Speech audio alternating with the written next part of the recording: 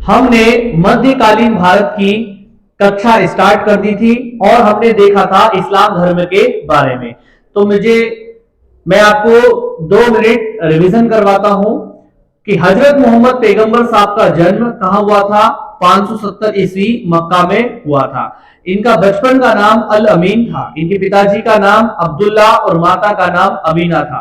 पत्नी का नाम खदीजा एवं पुत्री का नाम फातिमा बीबी था। इनके दामाद थे अली, जो कि चौथे नंबर के खलीफा हुए, और उनके बेटे थे जिनका नाम था हुसैन। हुसैन की हत्या इराक के एक शासक याजीद प्रथम ने कर दी थी और उसी को मुहर्रम के रूप में या दुख दिवस या मातम के दिन के रूप में मनाया जाता है। इसके बाद से ही आपको बताया था मैंने कि इस्लाम धर्म जो है वो 2 संप्रदाय में बढ़ गया, शिया और सुन्नी। बात करें हजरत मोहम्मद पैगंबर साहब की, तो जन्म मक्का में हुआ था और इनकी मृत्यु 632 ईस्वी में कहां पर हुई थी? मदीना में। मक्का और मदीना जो है वो क्या है? आपके इस्लाम धर्म के 2 या इस्लाम जगत के 2 पवित्र शहर है, जो कि आपके कहां पर है, किस देश में है? आपके सऊदी अरब में है। ध्यान रखेंगे इस बात का।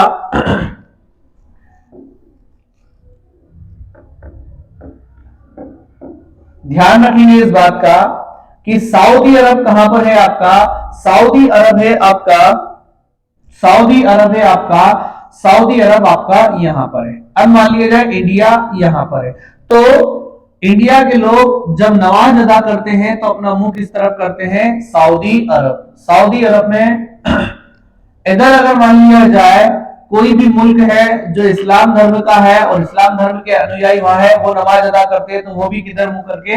आपका सऊदी अरब। यहां से ठीक है, तो उनका मुख किधर होता है? आपका सऊदी अरब की तरफ होता है, काबा की तरफ होता है। काबा कहां पर? आपका सऊदी अरब। इसके अलावा मैंने आपको बताया था हजरत मोहम्मद पैगंबर साहब को 610 ईस्वी में ज्ञान की प्राप्ति हुई थी। 622 ईस्वी में यह मक्का से मदीना चले गए थे। 622 ईस्वी में ही इन्होंने एक कैलेंडर जारी किया था, हिजरी संवत, और 632 ईस्वी में इनकी मृत्यु हो गई थी। इसके बाद मैंने आपको कहा था कि एक पद प्रारंभ हुआ था खलीफा का, ठीक है, खलीफा का पद प्रारंभ हुआ था और पहले खलीफा हुए थे आपके अबू बकर, और अबू बकर के बाद में जो खलीफा हुए उनका नाम था अली। इसके बीच में 2 खलीफा और बन चुके थे, इनका नंबर था चौथा, और इनके जो पुत्र थे उनका नाम था हुसैन, अली दामाद थे किसके? पैगंबर साहब के, और हुसैन जो है, हुसैन जो बेटे थे किसके? अली के। इनकी हत्या किसने कर दी थी? याजीद प्रथम। याजीद प्रथम ने हत्या कर दी थी करबला में,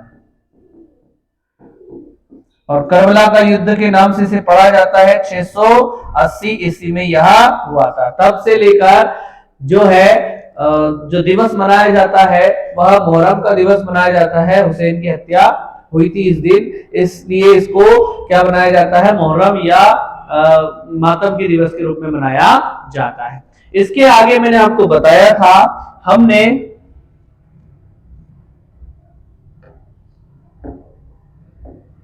इसके आगे मैंने आपको बताया था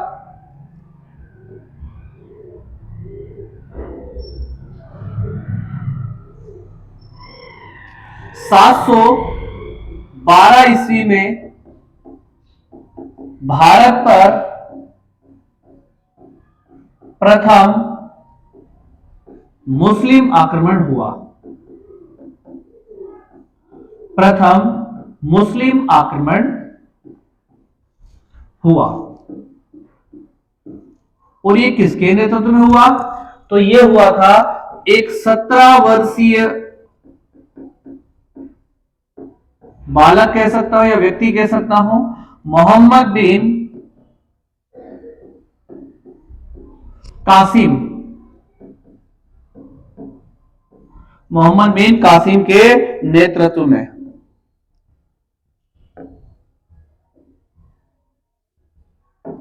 ठीक है, इसके बाद मैंने आपको बताया था कि ये जो युद्ध कहलाता है, यह युद्ध कहलाता है, और ये युद्ध किस किस के बीच में हुआ था? एक शासक था जिसका नाम था दाहिर, जो कि आपका ब्राह्मण वंशीय शासक था, और एक था आपका यही मोहम्मद बिन कासिम।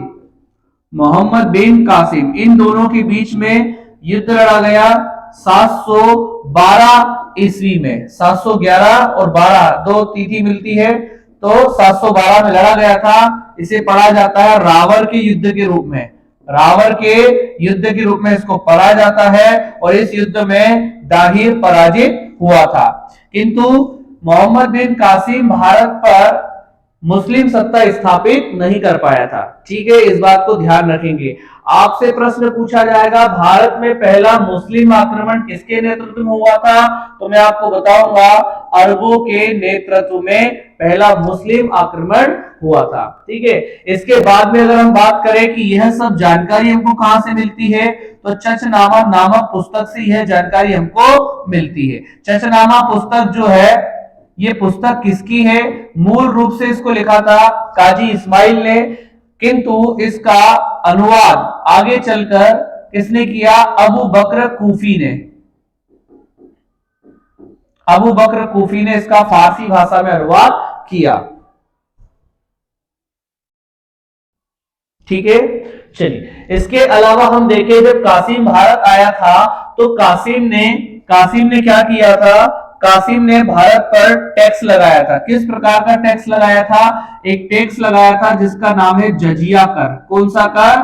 जजिया कर। और जजिया कर जो था, ये किस प्रकार का कर था? तो यह गैर मुसलमानों से लिया जाने वाला कर हुआ करता था। किससे लिया जाता था? ये गैर मुसलमान से। अब गैर मुसलमान में कौन थे? तो गैर मुसलमान में आपका हिंदू हो, चाहे आपका सिख हो, सिख तो नहीं थे उस समय, आपका जैन हो, बौद्ध हो, ठीक है, ईसाई भी उस समय क्या थे? भारत में बहुत ही कम मात्रा में यहाँ पर रहने के लिए आए थे। इसके अलावा हम बात करें कि गैर मुसलमानों से लिया जाता था जजिया कर। तो जजिया कर सबसे पहले लगाने वाला कौन था? तो आपका मोहम्मद बिन कासिम। कौन था? आपका मोहम्मद बिन कासिम। आपसे प्रश्न पूछा जाए कि यह सबसे पहले कहां पर लगाया गया था, तो सिंध प्रांत पर। ध्यान रखना इस बात का, पूरे भारत पर नहीं लगा था, सिंध प्रांत पर लगा था। ठीक है, और किन से नहीं लिया जाता था? तो आपका यूं कह सकता हूं मैं, बच्चों से, वृद्ध से, विकलांग से, महिला से, और सबसे इंपॉर्टेंट ब्राह्मण से ये टैक्स नहीं लिया जाता था। जजिया एक प्रकार का क्या है बेटा? कर है, जो गैर मुसलमानों से लिया जाता था। ठीक है, किस पर? ब्राह्मण पर टैक्स लगाने वाला कौन था? तो फिरोज शाह तुगलक। प्रश्न पूछा जा सकता था, फिरोज शाह तुगलक जो था बहुत क्रूर आदमी था। ठीक है ना, क्या था? बहुत क्रूर आदमी था और कट्टर मुसलमान था। इसने क्या किया था कि जब यहाँ पर भारत में मोहम्मद बिन कासिम आया था, तो उसने क्या किया था? ब्राह्मण पर जजिया टैक्स लगाने से इनकार कर दिया था। क्योंकि ब्राह्मण क्या है? अपना जीवन यापन कैसे करते हैं? मांग कर करते हैं। ठीक है ना, तो जीवन यापन उस समय मांगकर, क्या कर, भिक्षा मांगकर वो ब्राह्मण जीवन यापन करते थे, इसलिए ब्राह्मणों पर क्या था? जजिया नहीं लगता था। और बाकी ये भी जो है आपका, ये भी हम यूं कह सकते हैं वंचित वर्ग कह सकते हैं, सुभेद वर्ग कह सकते हैं, है ना, ये कमजोर वर्ग कह सकते हैं, तो इन पर क्या है? जजिया नहीं लगता था। ठीक है ना, समझ में आ गई मेरी बात? तो जजिया लगाने वाला कौन था? मोहम्मद बिन कासिम। इसके अलावा भारत में सबसे पहले अरबी घोड़े कौन लेकर आया था? मोहम्मद बिन कासिम। इसके अलावा अगर हम बात करें भारत में खजूर की खेती किसने प्रारंभ की, तो खजूर की खेती भी किसने प्रारंभ की?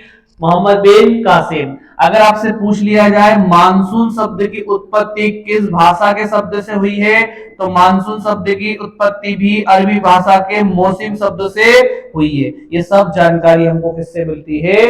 ये सब जानकारी हमको चचनामा नामक पुस्तक से मिलती है, जिसको किसने लिखा था? काजी इस्माइल ने। किस भाषा में लिखा था? आपके अरबी भाषा में लिखा था, जिसका अनुवाद फारसी भाषा में किसने किया? आपके अबू बकर कुफी ने किया। क्लियर हो गई मेरी बात? तो ये था आपका अरब आक्रमण। ठीक है, इसके बारे में मैं आपको पिछली कक्षा में भी बता चुका था। ये आपका रिवीजन हो चुका है। आगे हम बढ़ते हैं इसके, अब पढ़ेंगे हम तुर्क आक्रमण। क्या पढ़ेंगे हम? तुर्क आक्रमण। इसके पहले एक बात और देख लो कि जब मोहम्मद बिन कासिम यहां से गया था तो क्या लेकर गया था? मोहम्मद बिन कासिम यहां से अपने साथ मोहम्मद बिन कासिम अपने साथ यहां से चरक संहिता,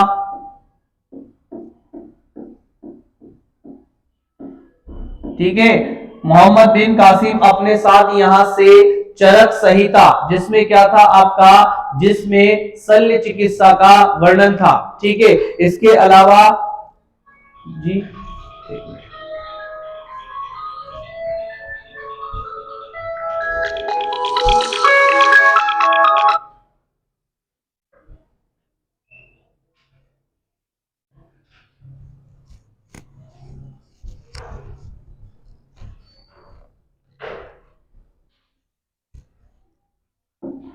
पंचतंत्र, इसके अलावा बृहत संहिता, बृहत संहिता और खंडना खंडियक,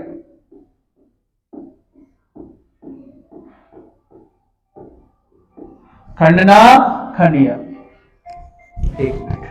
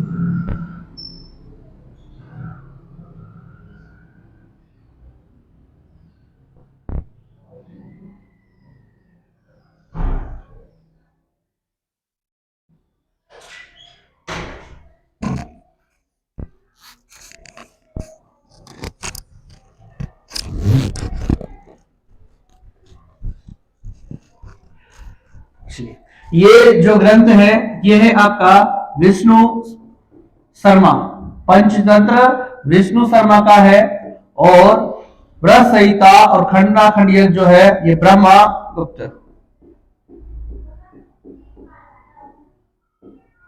इनको अपने साथ में कौन लेकर गया था? यहां से लेकर गया था मोहम्मद बिन कासिम, और इसका अनुवाद वहां पर इसने अरबी भाषा में करवा दिया। क्लियर हो गई मेरी बात? चलिए अब बढ़ते हैं हम आगे, अब हम बढ़ते हैं आगे, अब हम पढ़ेंगे भारत में तुर्क आक्रमण।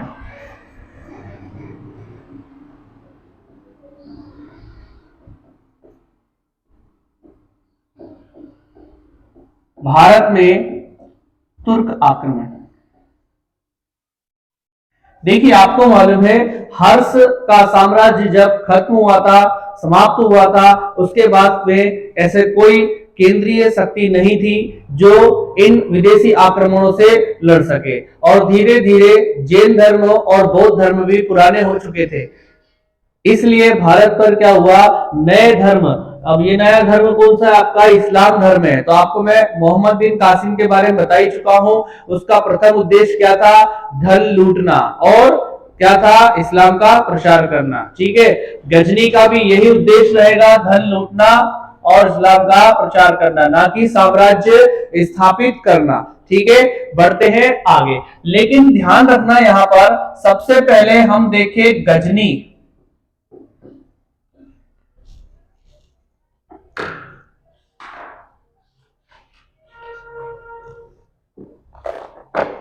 ठीक है, यहां पर हम देखेंगे भारत में भारत में इस्लाम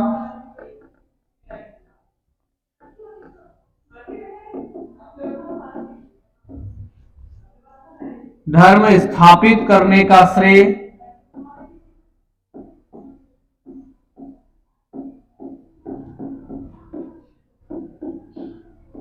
किसे दिया जाता है?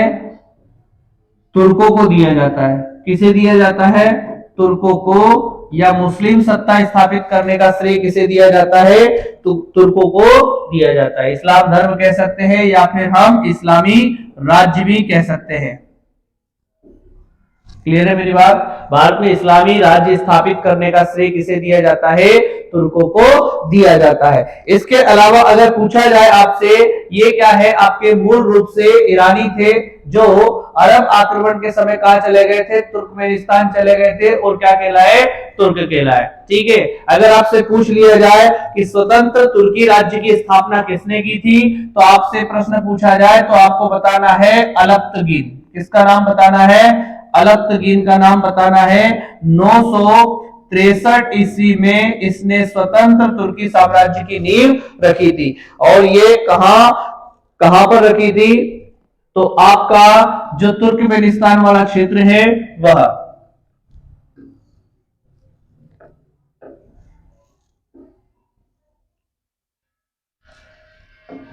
अगर पूछ लिया जाए ये किस वंश का था, तो कहूंगा मैं यामिनी वंश का। क्या? यामिनी वंश का। या कहूंगा गजनवी वंश का। गजनवी वंश का। ठीक है। आगे आगे एक शासक और आया 977 ईस्वी में, सुबुक्तगीन। क्या नाम था? सुबुक्तगीन। इसके बीच में भी और भी कई सारे शासक आए थे।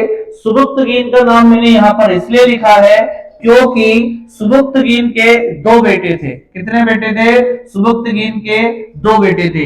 एक बड़े बेटे का नाम था महमूद गजनवी। महमूद गजनी या महमूद गजनवी। और एक बेटे का नाम था इस्माइल। महमूद गजनवी और इस्माइल किसके बेटे थे? सुबुक्तगीन के। और महमूद गजनवी ने क्या किया? अपने छोटे भाई इस्माइल की इस्माइल छीन ली और उसको क्या कर दिया मालूम है? मार दिया। और महमूद गजनवी जो है इसका शासक बन गया, गजनी का शासक बन गया। तो अगर आपसे प्रश्न पूछ लिया जाए ये किस वंश का था, तो ये यामिनी वंश या फिर गजनी वंश का था। आगे मेरी बात सुन रहे? भारत में इस्लामी राज्य स्थापित करने का श्रेय किसे दिया जाता है? तुर्कों को दिया जाता है। और अगर पूछे आपसे कि भारत में पहला मुस्लिम आक्रमण किसके नेतृत्व में हुआ था, तो अरबों के नेतृत्व में हुआ था। अब भारत में महमूद गजनवी ने क्या किए? कुल 17 बार आक्रमण किए।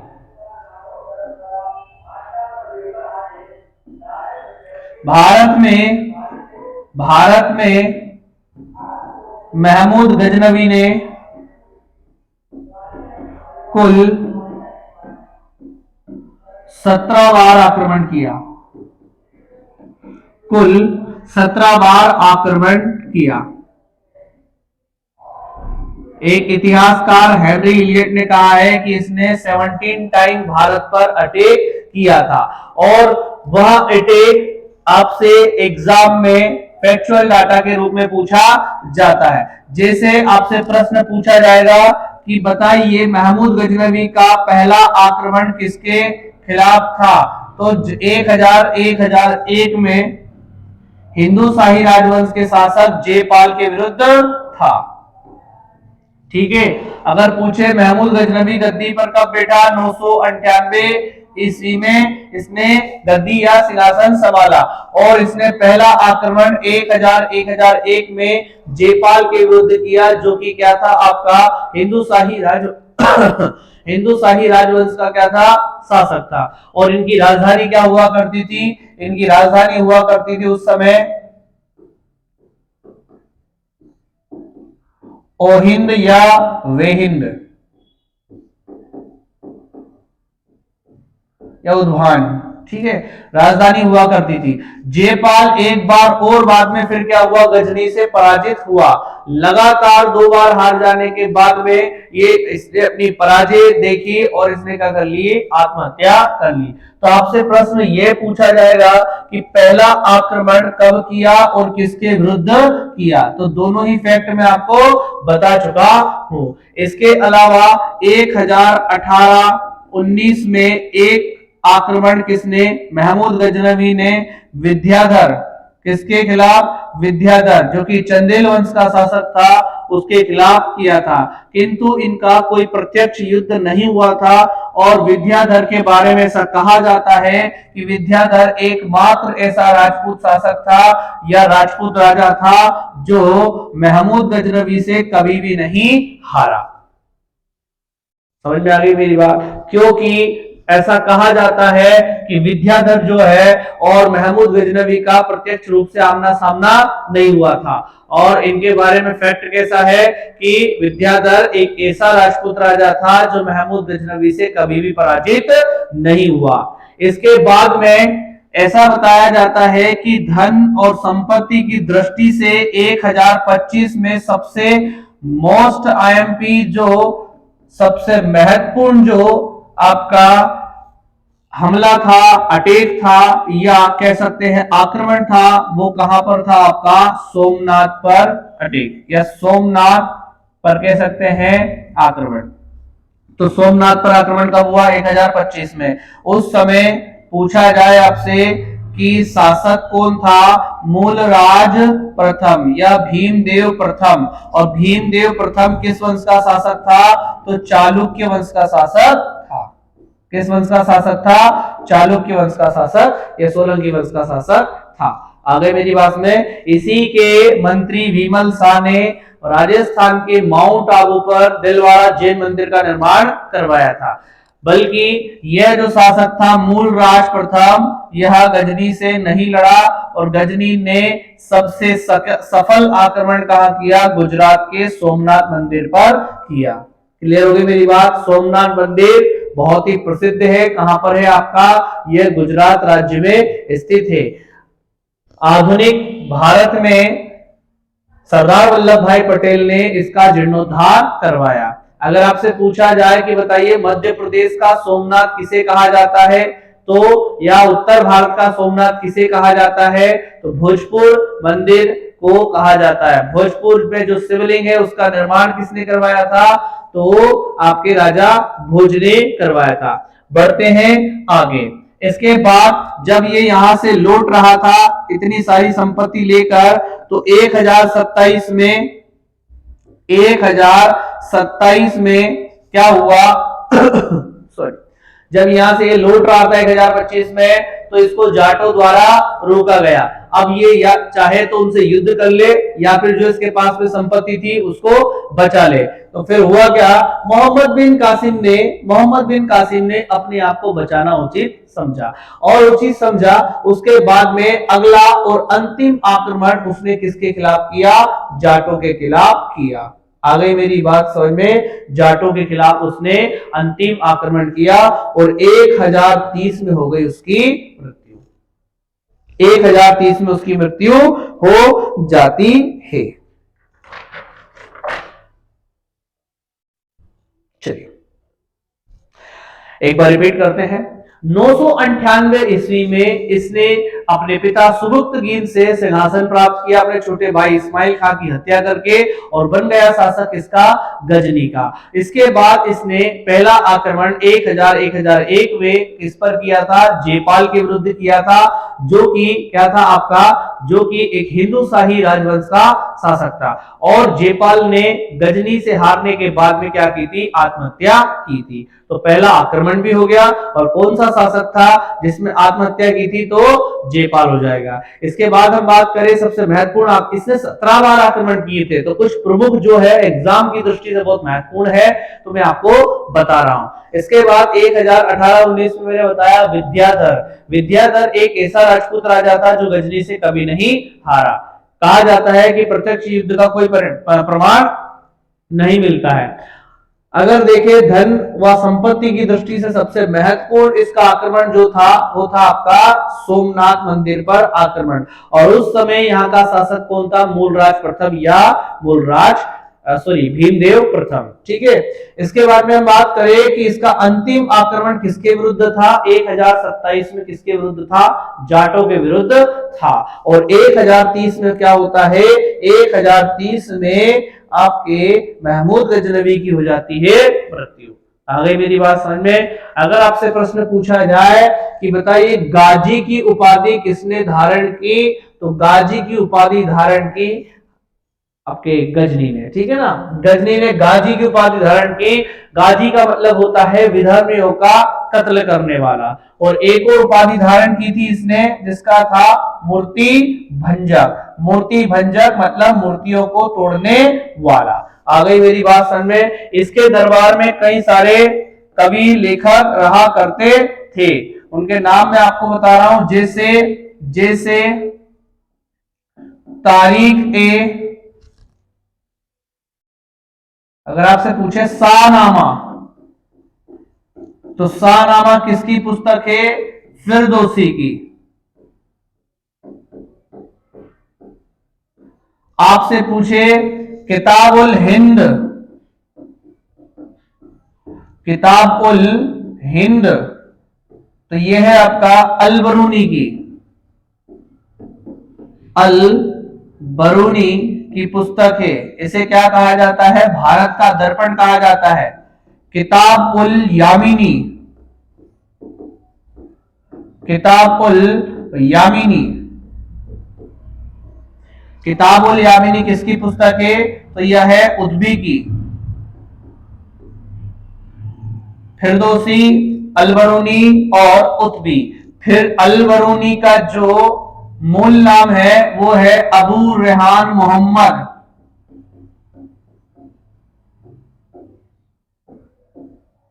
अबू रेहान मोहम्मद। ठीक है, मध्यकालीन में एक वृहद तुर्क साम्राज्य की नींव किसने रखी? तो महमूद गजनवी ने रखी। प्रश्न पूछा जाए कि इसे बगदाद के खलीफा अल कादिर बिल्ला ने किस उपाधि से नवाजा था, तो यह भी मैं आपको बता दूं किस उपाधि से नवाजा था इसने कहा था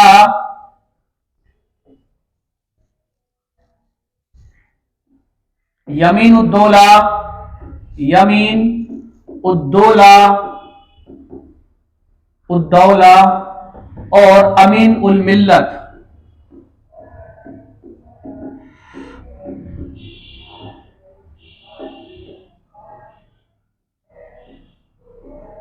खलीफा का दाहिना हाथ और मुसलमानों का संरक्षक। इसको दो उपाधि किसने दी थी? बगदाद के खलीफा अल कादिर बिल्ला ने दी थी। प्रश्न अगर आपसे पूछ ले कि गजनी को दो उपाधि, तो बता सकते हैं आप। ठीक है ना। अगर आपसे पूछ लिया जाए कि महमूद गजनवी ने भारत पर कुल कितनी बार आक्रमण किया, तो 17 बार आक्रमण किया। इसमें सबसे सफल आक्रमण कौन सा था? 1025 में सोमनाथ पर किया गया आक्रमण।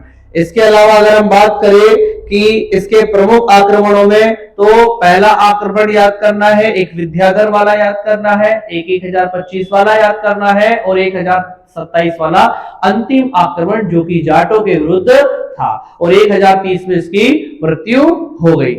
बाकी अगली क्लास में।